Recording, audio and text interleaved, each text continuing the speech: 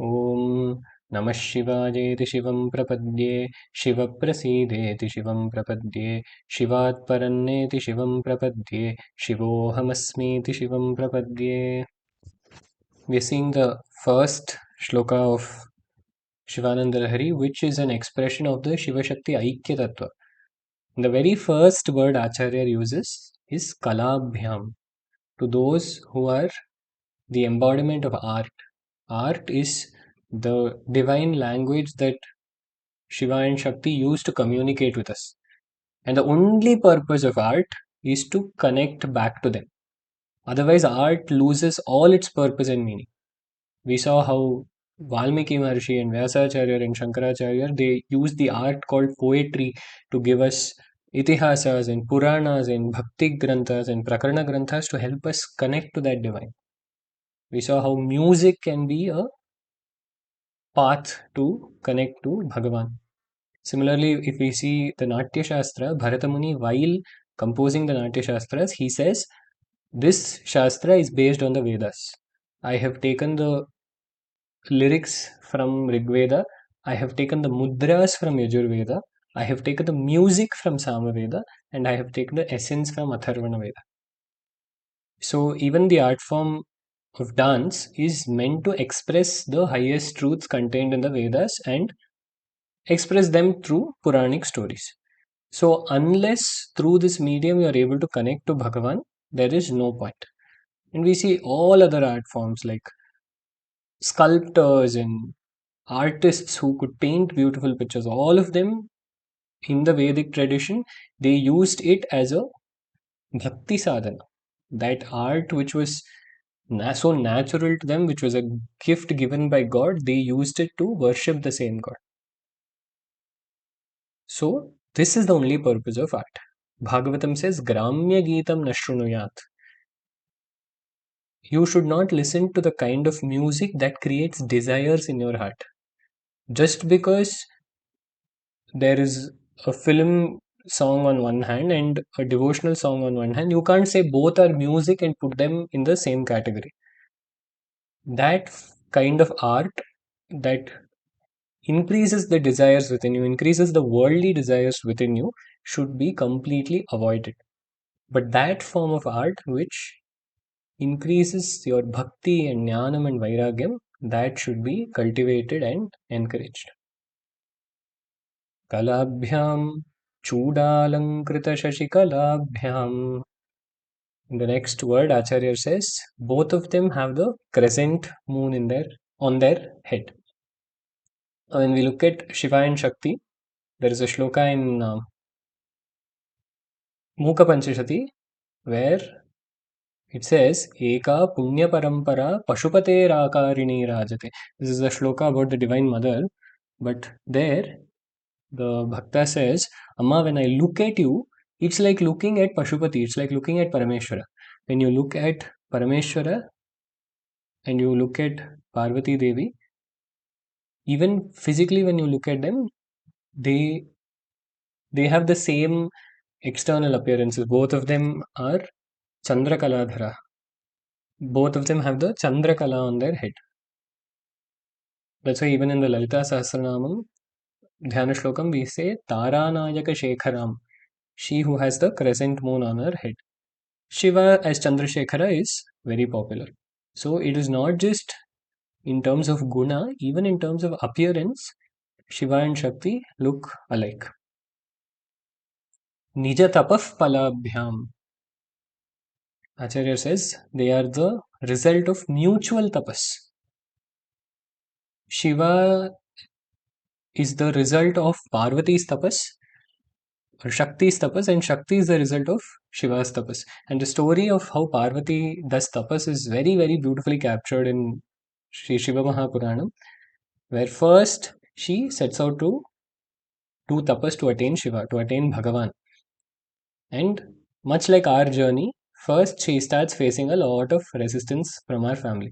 If you look at this entire journey of the Divine Mother leaving her house in search of Shiva, performing tapas, and finally attaining him, you will see it is nothing but our own spiritual journey. First thing her mother says is, Kartavyo na hataf putri, gantavyam na bahih kvachit, sadhitam kim tvaya purvam, punah kim sadhayishyasi. She says, my dear daughter, don't be stubborn. What have you achieved till now by doing tapas? And now again you're going to do all of this. What are you going to achieve by this? Sadhitam kim tvaya purvam, punah kim sadhayishyasi. You have not achieved anything in the past by going out and doing tapas. Again, if you do that, it's going to be the same result. This is the perfect example of the people in our families. If not immediate family, at least there has to be someone in the extended family who says, you go to so much satsanga, what do you get out of it? What is the purpose? Or they will pick their moments when you're sad or something has gone wrong in your life. They will use that as an opportunity to say, see, you did so much puja, you went to so many satsangas, but Bhagavan didn't help you at the time of need. So there will always be people like this. What should you do? Do what the Divine Mother did, just ignore them, because they do not understand the higher purpose of life. It is not Bhagavan's job to come and make sure that your life is as per your whims and fancies. To create a perfectly comfortable life for you in the world is not the intention of Bhagavan. Bhagavan will create that kind of life for you that gives you vairagya, that gives you viveka, and ultimately helps you attain that ultimate truth. Ultimately, it leads you to moksha. So that worldly people cannot understand. For worldly people, Bhagavan's anugraha means they should have a lot of wealth. All their worldly desires should be fulfilled. If all of this happens, Bhagavan is a good person. Otherwise, they will start scolding, saying Bhagavan doesn't have eyes, Bhagavan doesn't have ears. But they are not interested in what Bhagavan wants to give them. They are not interested in that. They are only interested in what they want and using Bhagavan as a means to get what they want. Their bhakti is not towards Bhagavan, it is towards the world. And because Bhagavan is helping them achieve something in the world, little bit of that bhakti gets reflected towards Bhagavan. Tomorrow, instead of Bhagavan, if someone else helps them achieve that, their bhakti will be towards that person. So, we cannot take their words as pramana. Nobody can be expected to understand tapas. That's why satsanga is very important, because if you spend too much time around people like this, you will begin to question yourself.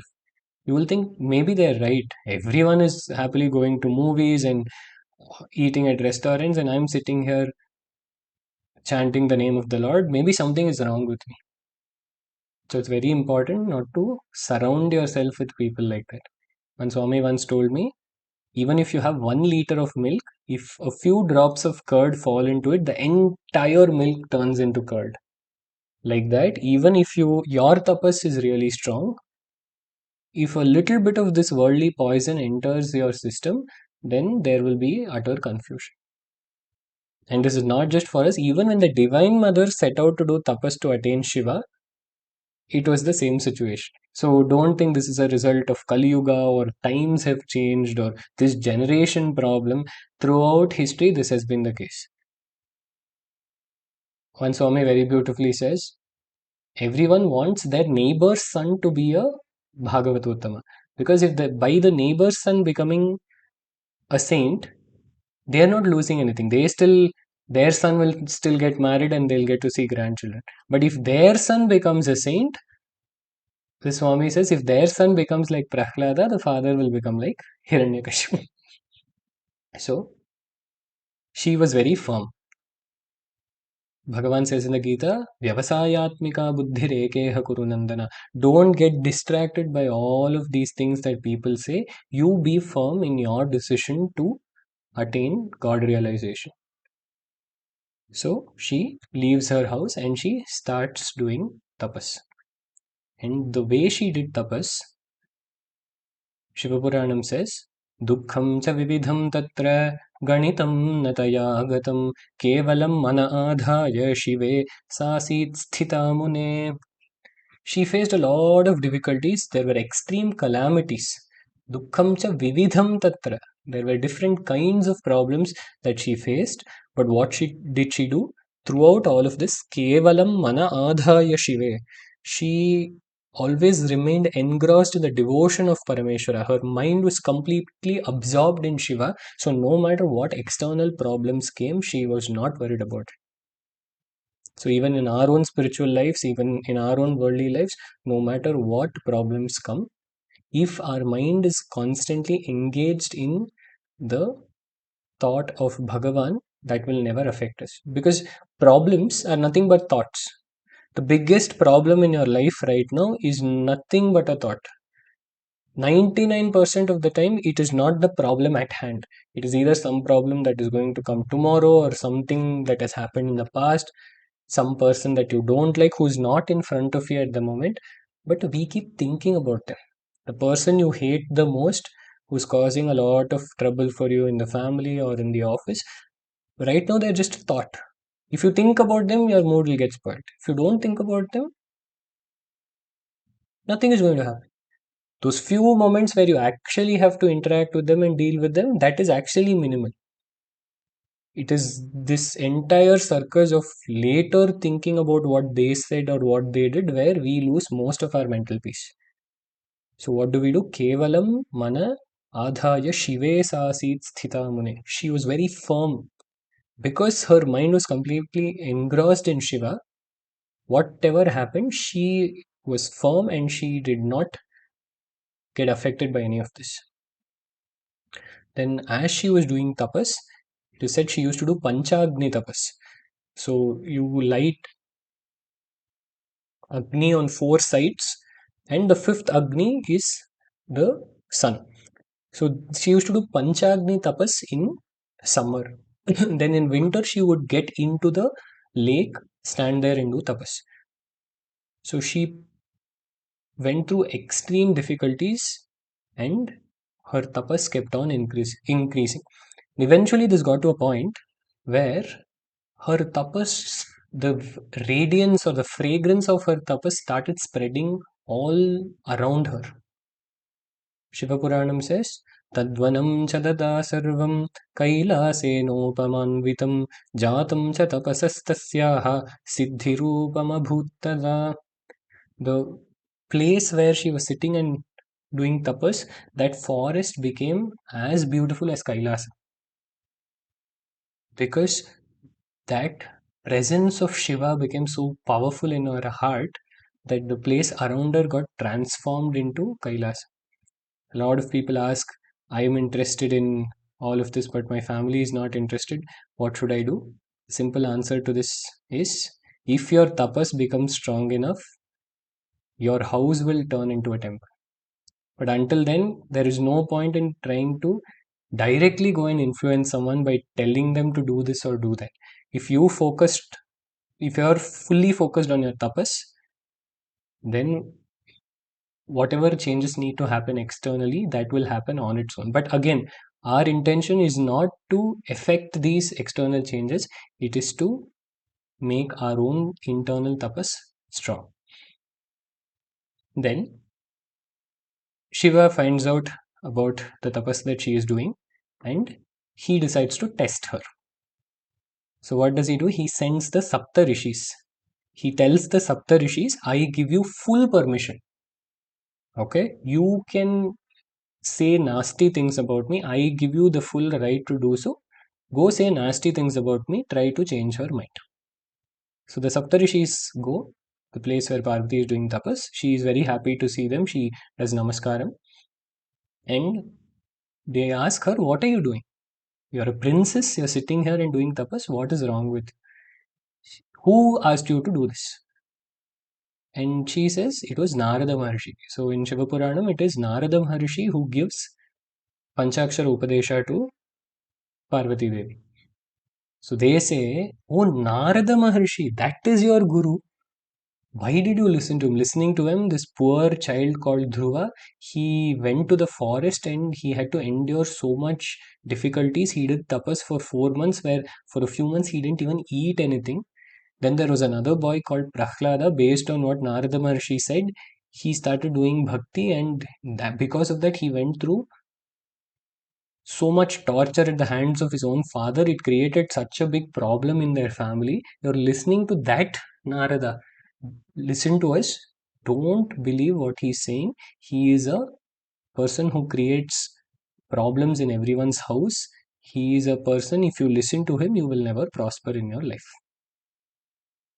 Then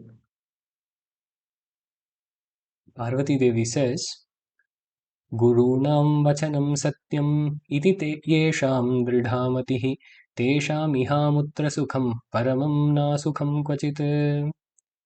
Whoever has this firm conviction that their Guru Vakya is true, Gurunam Vachanam Satyam iti Yesham Dridhamatihi, whoever has this very, very firm conviction that their Guru Vakya is true, no matter what someone else comes and says, my Guru has told me that doing this japa will lead me to the highest good, so I am going to do it.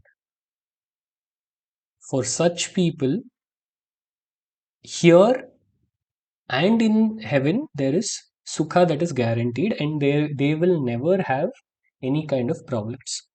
But on the other hand, if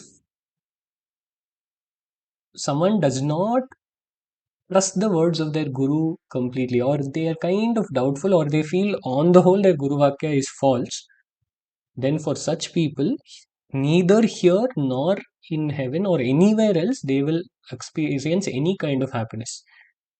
For those who don't trust the guru vakya, then for them, whether it is in this world or in any other world, there will be no peace of mind.